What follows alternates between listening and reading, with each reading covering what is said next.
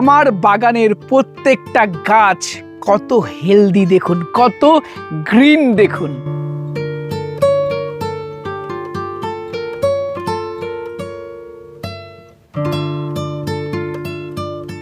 আমার প্রত্যেকটা গাছে দেখুন কত ফল ধরে আছে। এই গাছে প্রচুর ফল ধরেছে, এই গাছে দেখুন নিচ থেকে প্রচুর ফল ধরে রয়েছে। এপাশে দেখুন এই ছোট্ট গাছ, এখানেও কত ফল। এপাশে ছোট্ট গাছটার দেখুন এই গাছে কত ফল, এই যে পিছনেও প্রচুর ফল ধরেছে। এই গাছে দেখুন এখানেও প্রচুর ফল, এই গাছে দেখুন এটাতেও ফল রয়েছে। একটু ক্যামেরা ঘোরাতে বলবো, এই গাছ দেখুন, এই গাছেও কত ফল রয়েছে। অ্যাপল আর ম্যান্ডারিন প্রচুর ফল ধরেছে, পাশেরটাও অ্যাপল আর ম্যান্ডারিন, এটাতেও প্রচুর ফল রয়েছে। ইভেন ছোট্ট গাছ কাটার ভ্যালেন্সিয়া, এটাতেও কত ফল দেখুন। এই দেখুন ছোট্ট একটা গাছ, একটু দেখাই, বিগ মাল্টার একটি গাছ, এটা এখনো 12 ইঞ্চি টবে রয়েছে, দেখুন কত ফল এই গাছে রয়েছে। এটা একটা মার্কাট ম্যান্ডারিন, এই ছোট্ট গাছ কতগুলো ফল ধরেছে। বাগানের সব গাছ আর দেখালাম না, প্রত্যেকটা গাছই এত হেলদি, এত গ্রিন এবং এত ফল ধরানোর পিছনে রয়েছে সুষম খাদ্য। শুধুমাত্র 2 মাস 3 মাস পর পর আপনারা যে জৈব মিক্স সারটা দেন, সেটাই কিন্তু গাছের গ্রোথের ক্ষেত্রে যথেষ্ট নয়। গাছে প্রত্যেক মাসে টাইম টু টাইম খাবার দিতে হয়। আর আমার গাছের এত হেলদি হওয়ার পিছনে যেটা রয়েছে সেটা নিয়েই আজকের প্রতিবেদনে আমরা আলোচনা করব। আমি সুদীপ্ত, আপনারা দেখছেন আপনাদের প্রিয় চ্যানেল রংধনু গার্ডেন।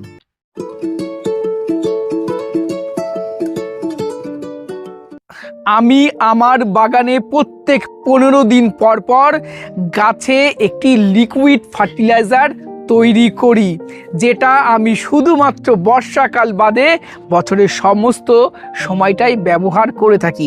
এই লিকুইড ফার্টিলাইজারটা আমি তৈরি করি মূলত সর্ষের খোল দিয়ে। অনেকে বলতে পারেন দাদা গরমকাল তো, গরমের সময় সর্ষের খোল দেওয়া যাবে না, সর্ষের খোল দিলে গাছের পাতা পুড়বে, গাছের মূল পুড়বে। এই কথাটা কিন্তু সম্পূর্ণ ঠিক নয়। আপনারা সর্ষের গুঁড়ো খোল যদি ডাইরেক্ট গুঁড়ো করে এই টবে মাটিতে দেন, তাহলে কিন্তু এটা ডিকম্পোজ যেহেতু করা নেই, গুঁড়ো করে দিচ্ছেন, ডিকম্পোজ করার সময় প্রচুর হিট জেনারেট করবে, তাতে মূল পচতে শুরু করবে।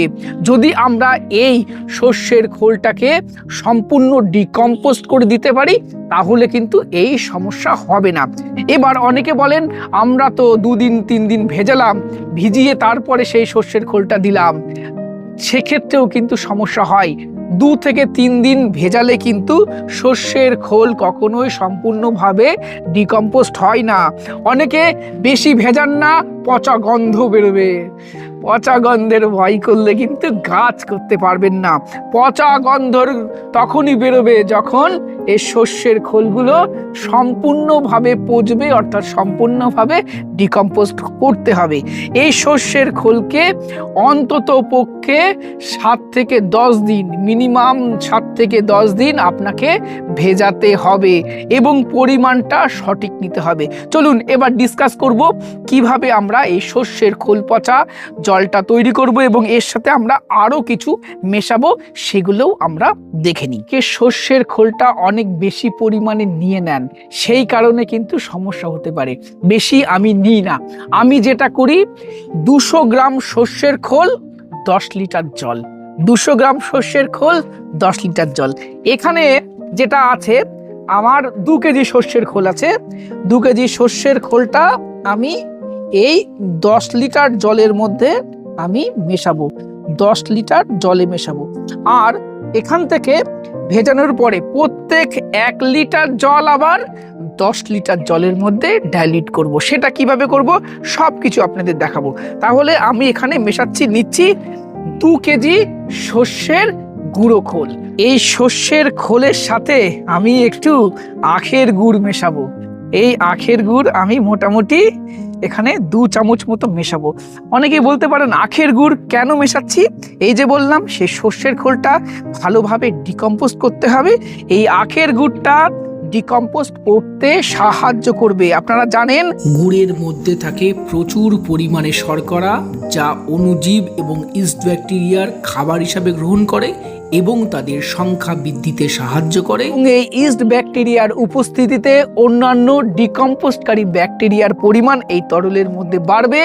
তাতে এই শস্যের গুঁড়ো খোল যেমন খুব তাড়াতাড়ি ডিকম্পোস্ট হবে, সাথে বিভিন্ন পটাশিয়াম, নাইট্রোজেন, ফসফরাস ফিউশনকারী ব্যাকটেরিয়ার আধিক্য ঘটলে এগুলো খুব ভালোভাবে এই জলের সাথে মিশবে। এটা অবশ্যই আমাদের করা উচিত। এর সাথে আমরা আরেকটা কাজ করে নেব।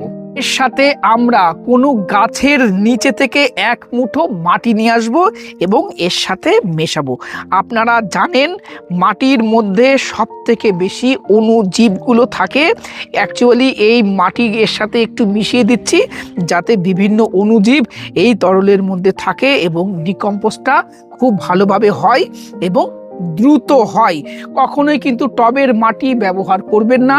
আপনারা পুরনো বট গাছ, অশ্বত্থ গাছ, এই ধরনের গাছের গোড়ার উপরের সারফেসের কিছুটা মাটি নেবেন, তাতে এই অণুজীব বেশি থাকে। মাটি খুঁড়ে অনেক তলা থেকে কিন্তু মাটি নিতে যাবেন না, উপর থেকে মাটি একটু নেবেন, তাতে কাজটা ভালো হবে।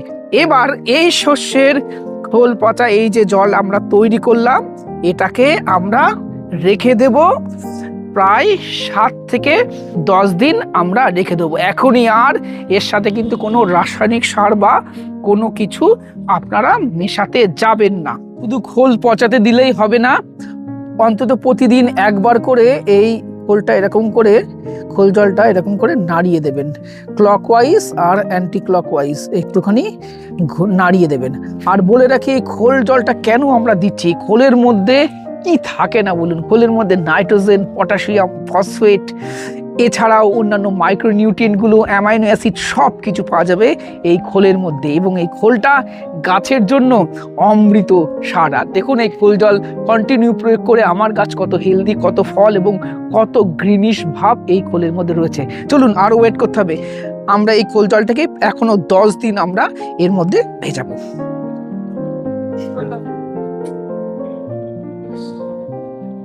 এই সর্ষের খোল আমরা 7 দিন ভেজালাম, আর দেখুন এই 7 দিন ভেজানোর পরে কালারটা কেমন হয়ে গেছে, একদম হলুদ কালার হয়ে যাবে এবং দেখবেন গন্ধ কিন্তু বেরোবে।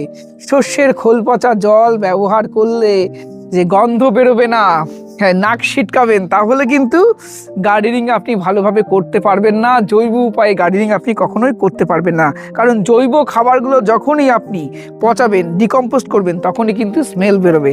তাই এটাকে একটু উপেক্ষা করতেই হবে। এবার যেটা এই খোলের সাথে আমরা মেশাবো, আমরা এখানে আপনারা জানেন 2 কেজি সর্ষের খোল আছে। এই 2 কেজি সর্ষের খোলের সাথে আমরা 250 গ্রাম সমরেশিওর এনপিকে, 250 গ্রাম সমরেশিওর এনপিকে আমরা মেশাচ্ছি।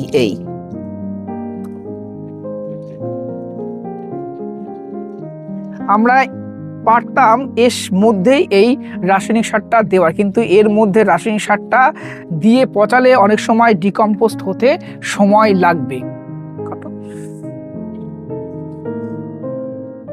আমরা রাসায়নিক সারটা এই শস্যের খোল পচা জলের মধ্যে একদম দিয়ে আমরা পচাইনি। রাসায়নিক সারটা শস্যের খোলের মধ্যে দিলে এর মধ্যে যে মাইক্রো ব্যাকটেরিয়াগুলো তৈরি হচ্ছিল সেগুলো কিন্তু নষ্ট হয়ে যেত বা সেগুলো ভালোভাবে ডেভেলপ করতো না। সেই কারণে আমরা আলাদাভাবে একটা জায়গায় এই শস্যে এই সমরেশিওর এনপিকে সারটা ভিজিয়েছিলাম, একদম গুলে নিয়ে তারপর এর সাথে আমরা এই গাছে দেওয়ার ঠিক আগের মুহূর্তে আমরা মেশালাম এবং এটাকে খুব ভালোভাবে ডাইলিউট করে নেব। এই কেটে দাও। আমরা এই 2 কেজি সর্ষের খোল মিশিয়েছিলাম 10 লিটার জলে। এবার এখান থেকে 1 লিটার করে আমরা এই সর্ষের খোল পচা জল নেব। এটাকে এই 10 লিটার জলের মধ্যে আমরা এই ভালোভাবে এই ডাইলিউট করে নেব। এই যে খুব ভালোভাবে এটা মিশিয়ে নেবেন। মিশিয়ে নেওয়ার পরে এটা আমরা গাছে প্রয়োগ করব। দেখুন এই গাছে কত পরিমাণ ফল সেট হয়েছে, এটা পাউকিন্নু 1। কত পরিমাণ অগুন্তি ফল এই ছোট্ট গাছে সেট হয়েছে। এই ফল ধরে রাখতে গেলে একে কিন্তু নিউট্রিয়েন্টের প্রয়োজন, আর এই নিউট্রিয়েন্ট দেবে এই শস্যের খোল পচা জল। এটা আমরা 1 লিটার করে প্রত্যেকটা গাছে আমরা প্রয়োগ করব। এই হলো শস্যের খোল পচা জল, এটা আমরা প্রত্যেকটা গাছেই আমরা প্রয়োগ করব।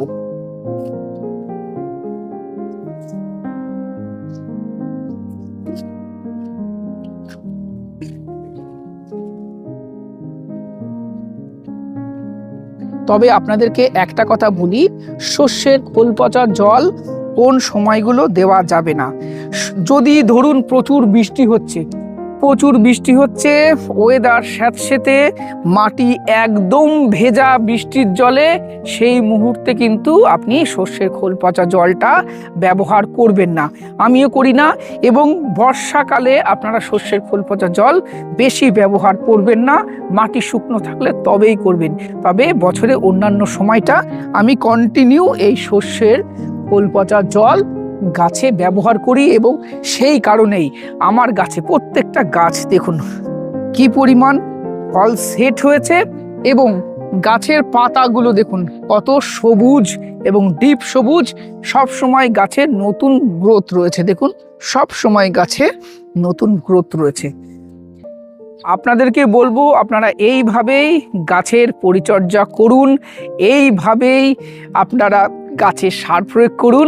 অবশ্যই আপনাদের গাছগুলো এরকম সবুজ এবং সুস্থ সবল থাকবে। আজকের প্রতিবেদন আপনাদের কেমন লাগলো কমেন্ট করে জানাবেন। ভিডিওটি ভালো লাগলে একটি লাইক করবেন, নতুন হলে চ্যানেলটি সাবস্ক্রাইব করে রংধনু গার্ডেনের সাথে থাকবেন। নমস্কার।